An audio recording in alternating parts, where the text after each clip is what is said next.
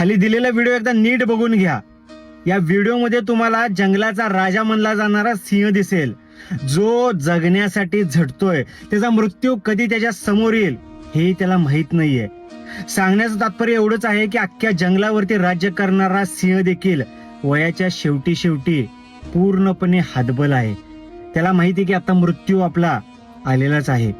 म्हणून मला एकच सांगायचं आहे की माणूस हा येताना मोकळ्या हाताने येतो, जातानाही मोकळ्या हाताने जातो. मग हा घमंड कशासाठी, हा माज कशासाठी?